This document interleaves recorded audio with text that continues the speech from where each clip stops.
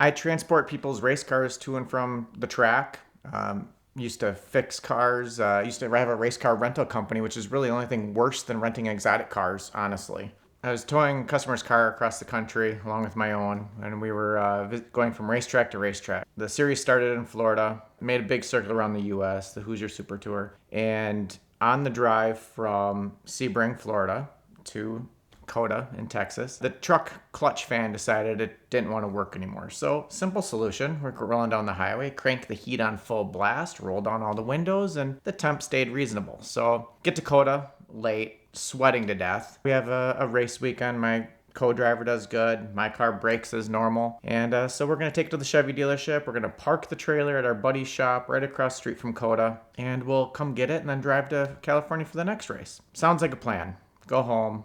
Dealership calls me. You need this part, need this part. Yes, fix it all. We need this truck to be reliable. And I'm going to fly in and get it. And no problem, no problem. Well, Texas and Louisiana had this major ice storm. Everything's caked in. And the guy at the dealership's not answering the phone because nobody in Texas goes to work when the roads are covered in ice. They stay home, right? I said, I need this truck. He's like, well, we can't get to the dealership.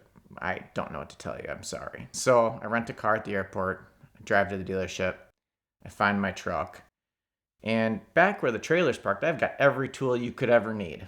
So I took the rental car back to where the trailer was parked and grabbed some bunch of tools, go back to the dealership, disassembled the fence, found the other vehicle that was parking my truck in, put a floor jack on it, scooted it over just a little bit, and released my vehicle from the lot.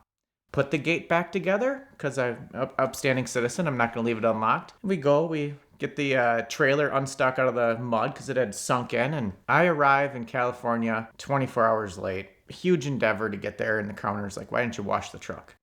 Needless to say, the car dealership calls me back when they get back to work, want to know what in the world I did, and I promptly paid my bill, and I had them mail me the key, but they weren't super amused that I had to disassemble their gate to relieve my truck.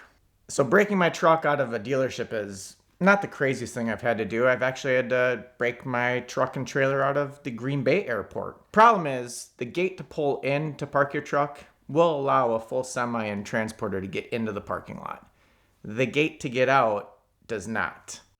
I didn't realize this when I pulled in, and of course I took the red eye home, and Green Bay is a small airport. No one works in the evening. So what they do is they leave one gate open and you're on your honor to pay your ticket. But there's cameras there. So if you go through, whatever, the semi didn't fit. So there's all these phone numbers. Call for help, 24-hour assistance. Nobody's answering the phone. There's no security at the airport. There's no one at the car rental lot. Nobody. So I take a look at this fence and I grab my tools and I disassembled the fence to drive my semi out of the parking lot and then reassemble the fence afterwards. Nobody ever returned my phone calls. Nobody asked any questions. One year, I parked my truck at the Daytona airport because we had raced in Miami. The next race was in Daytona. Drove to the airport, parked it there, flew home, flew back a couple weeks later. It wasn't the first time I had left my truck and trailer there. However, they were redoing the parking lot. And at airports, if you leave your vehicle parked in a place they don't need it, they will just move your vehicle a couple spots over, and you might not notice, but they weren't moving my truck and trailer. So I had a really nice handwritten letter on my truck that says, please remove your vehicle and never come back.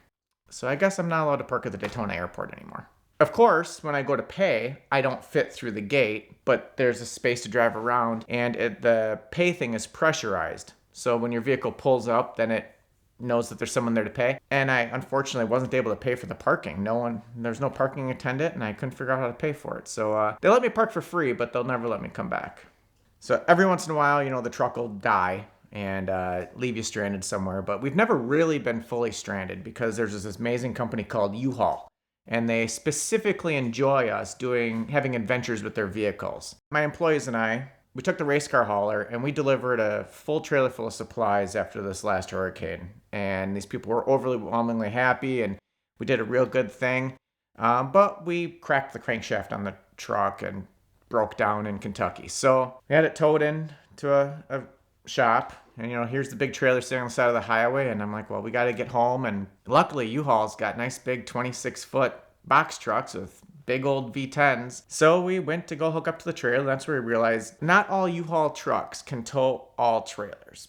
But if you quickly go to the hardware store and take some tools out of the trailer and modify the truck, magically it can tow your trailer. We have some good pictures of us sitting in the parking lot of Menards, modifying a U-Haul truck to hook up to our race car hauler and get home. I've never been charged for any damage. The most recent U-Haul adventure, we blew a tire out. I stopped and put a brand new tire on it, never told them, and I wasn't going to wait on the side of the road 5 hours when I could just drive to a tire repair shop at 5 miles an hour for 20 minutes and get a new tire. We had, on one of our adventures coming home from the Baja 1000, one of our tow trucks kept throwing fuel pumps. We changed it multiple times at the hotel in San Diego, on the side of the interstate, and finally we just had it with this truck. We're not changing fuel pumps anymore. Well, it's towing a trailer with a bunch of dirty side-by-sides on it, so again, U-Haul to the rescue. We go and rent the biggest box truck we can find. We put all these dirty, muddy UTVs in the back of it, and then put the broken down tow truck on the trailer to